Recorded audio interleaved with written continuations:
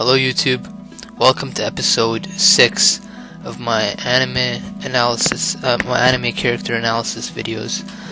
This episode I will be covering the character of Griffith from the anime series slash manga Berserk. Now, I'll be covering mostly Griffith, but of course, you know, once I start covering Griffith, it's only natural that Guts will be included, so I'll also go into him as well. Griffith is one of the most striking characters I've come across.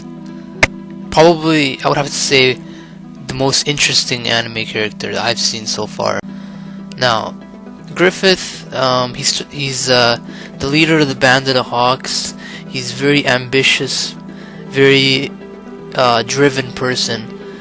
Some would even say arrogant, you know, this type of arrogance that you need in order to conquer lands and in order to lead, really. At least if you want to have any sort of success at it, anyways. At the beginning of the series, Griffith is just pretty much has molded the Band of the Hawks already, and now is just starting to sort of take into effect everything he has. You know, he has Casca, he has the rest of the lads there too, like, and he's ready, and Guts is sort of that last piece to the puzzle. Now, Guts and Griffith's relationship is extremely interesting in the sense that it's very complicated. It's not very something that is easy to understand, really, and it's very multi-layered. Now, my theory on it is that it's more of a master and slave type of mentality that Griffith has. He thinks that he owns Guts, that Guts is his possession, and you know, throughout this show, he conquers a lot of things, and he doesn't really have a defeat up until the point that Guts leaves, and that's the point where Griffith loses that mentality where everything is under his command, where he has everything under control, because Guts, you know, unlike the other faithful puppets around him, he decided to break the mold and go his own way, and become sort of Griffith's equal in the fact that his dream is not crushed by Griffith's. It's actually something that is it just becomes a separate ocean. It doesn't get crushed under the wave of Griffith. So because of that, Griffith just loses his marbles, sort of, and any sort of last hope that he would have of him being like a person, you know, of him not traveling down the path of evil, it's completely crushed at that point. Griffith has no more. There's no shackles left on him. His mind is now free to act upon whatever he wants, whatever horror he wants to partake in and wants to share into the world. He now has the complete freedom to do so because Guts is not around anymore. And earlier I said that it's more of a slave and master relationship, and it is that, but I feel like there's more to that as well. I feel Griffith had, I don't know, some sort of admiration or care, or, you know, maybe even love for Guts, and, you know, love beyond just a brother type of relationship as well, because, you know, who knows, it's possible. That's how layered this relationship is. Now, you know, before getting into Griffith sort of losing his shit and really, you know, going to the whole demon route, before that, there's one scene that, for me personally, that's the scene that caught my attention the most, where Griffith prostitutes himself in order to gain a leverage or something like that. And then after he's done the deed and he gets fucked by this old man, he goes and he's taking a bath or something. He's trying to pretty much wash himself of everything, really, of all that shit that happened to him. And Casca's there too, I think. And you see Griffith, and he's like digging into his skin, like he's trying to, like, he starts bleeding, and it's like he doesn't really show that much emotion at that point, but like the action itself was like so shocking, and it's one of those things that made me go like, oh god, like, oh, that's that's like, it looks painful, but it's like he's numb, you know what I mean? Like he doesn't have that thing where it's like, oh, this hurts, it's painful. He's just so numb. He's so driven that he's willing to do anything. And that's kind of a foreshadowing, obviously, to the later sort of sacrifice of the Band of the Hawks, and you know, everything else that he does. But I don't know. That's one of those scenes where in a twisted way, it really shows you the depth that Griffith is willing to go with, just how far he's willing to go. And also, it was really interesting to see a male character do that. Like, it was cool. Like, I mean, it's not cool as in, oh my god, it's cool, like he prostituted himself, but it was a nice change. It was a switch up. I haven't seen that before, and it was cool. It was like it was interesting. It was interesting for sure. Now, when he was digging his skin, and Casca's just watching, like, sort of horror, like, she's like, what are you doing, Griffith? Like, yo, like, what the hell, type of thing. But, like, Casca knows him. She knows how fucked up he is, but like, she still sticks around, and you know, sort of as expected of a character like Casca. Casca, I wasn't really too big of a fan of hers, so I'm not gonna really talk about her that much. I mean, she was a good character in the sense that she was, I don't know, sort of stereotypically strong, that sort of in your face, really obnoxious type of character. Like, at first, anyways. Really, this type of, like, sort of bitchy and stuff like that. Like, she gets better later on, I guess, but like, that first impression really, like, left a bad taste in my mouth. But anyways, Griffith, once he sacrifices the Band of the Hawks and he becomes like the sort of demon lord, that's when he doesn't have a shred of goodness left in him. Not that he really had that much to begin with, but just that little bit that he had, like with him and Guts playing around, like sort of screwing around, and then just him sort of being nice to him, and like he really showed a good side of him to Guts, and through Guts he showed a good side of himself. Sorry. Now, what makes Griffith so interesting is also this dynamic where he's a very frail, not frail, but a sort of feminine. His body is a lot frailer than Guts, and you know, he has long flowing hair. He's prettier than most girls, you know what I mean? And he's just like, and he completely owns that.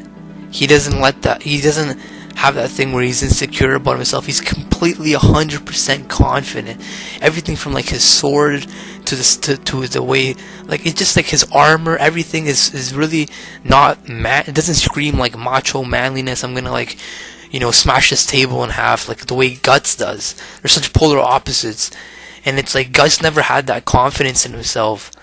He was weaker than Griffith, and it was like the complete. I love how they used that. They played up on that, where it's like when you first see these characters, you would never think like that way of them, but you know, there's when you look deeper into them, this is what it is. Griffith has always been, well, he was strong up until a certain point, and then I feel like they switched completely. Guts became. They're both not sane mentally. Like, Guts is crazy, and so is Griffith, but I feel like Guts, the need to kill Griffith, the need to torture him and put him through all types of monstrous like activity is what drives him to such insanity. And with Griffith, it's more like the need, the greed, the absolute just, I need this and I'm gonna get it no matter what because I deserve it attitude is what drives him insane. So in the sense, they're both insane for the same reason. I mean, they both have a need for something, a yearning that cannot be pleased until they take it. It's like, I can't imagine these guys like sitting in some countryside and then just chilling out and like living life like that, because they're not that type of person. They're just so driven, you know. And it's Griffith is a tragic character because it's like it's not the type of tragic character where you're like, oh, he could have been good. Like, you know, he was never gonna be good, like a good person in a way where where humanity has based their morals upon. But on the other hand, you're like, oh, I wonder if he wouldn't have lost his shit if he hadn't made that speech that Guts overheard somehow, even though he was like 20 yards away. But whatever. If he hadn't made that speech, I'm pretty sure he would have never became like this demon. Or like the Band of the Hawks wouldn't have had to be sacrificed and all these other things. But who knows? Griffith would have found a way. Really, I mean, one way or another, I think he would have betrayed them. But like, he doesn't even see it as betrayal. He just sees it as a part of his journey, and that they're willing participants. So he doesn't see anything wrong with that. And I mean, personally, there's some sense in what he's saying. I feel like a lot of people do have that yearning for greatness, but it's like, I don't think a lot of people have the weird type of guts. You know, some people could call it guts, some people could call it being a coward, but being able to sacrifice an entire platoon of people who you've been around is not only, I mean, it's selfish at its core, of course, but if to be taken from the presumption that Griffith had any shred of care for these people in the first place, it would be a really tough decision. And I think in his need to succeed, he was able to throw them away like they were a bag of like old potatoes. And on the other hand, you're like, well, he never really. On the other hand, you could say, well, he never really cared about them in the first place, so it was easy for him. And if that's the case, then Griffith must be the greatest, like, villain. I mean, besides a few, really, I can't really think of a villain who is willing to do to go so far and actually sort of succeed. I mean, at this point, Griffith has sort of succeeded. Everything he wanted, he almost has everything he wants now. So, I mean, it's only a matter of time, really. But something that I wish that I could explore more about the character is his inner thoughts. Obviously, because he's not a main character, he's not a POV character, and so obviously you know, we can't really know what he's thinking inside of his head 100%. And I wish that we could get a glimpse of that. Obviously, you know, it's good the way it is and all that, and I wouldn't really want to ruin it, but it would be cool to see just the true depth of Griffith's inner demons and his, you know, just how fucked up he really is, and what got him to that point in the first place.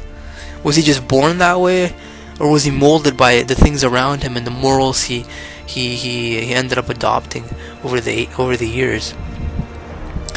I mean, he acts as a savior to Casca and even Guts, and he's a sort of holy noble deity to the Band of the Hawks. He's this person who saved them all, and they're supposed to follow them. He's their messiah, but he led them to the depths of hell and slaughtered them like lambs. And you know, that's just a great ass plot twist. It's difficult to see to find a character who doesn't have that line, that wall that he won't cross. Obviously, the torture after he raped the princess and stuff like that was partly the reason why he went so mad, but eventually I feel like he would have lost his shit eventually, no matter what. I mean, a person like Griffith, in my opinion, is a ticking time bomb. It's only a matter of time, really. Now, the way he even got caught in the first place was because he was sloppy, because he let his emotions get to him for the first time, and that was his undoing. He got sloppy because he wasn't thinking. He needed some validation after he lost his sort of, he lost his leader card, if you will, when Guts challenged him and won and left, and sort of took that master role away from him. He needed to dominate something. He needed to feel like he's in power again. He needed to feed his hunger, so he let it by raping the princess. and then that led down this path and completely fucked up everything. And he could have got away with raping her if he just nimbled his way out of there or something like that. But he got caught. He wasn't the Griffith everybody knew, or everybody had the Griffith everybody was led to believe was Griffith. You know, the one he had portrayed so well throughout the episodes and throughout the chapters. But the whole world of Berserk is really dark and twisted and shit, but it's exactly the type of story that I'm interested in, type of story that I would read. It's just that completely fucked up type of world. It's really interesting from a reader's perspective.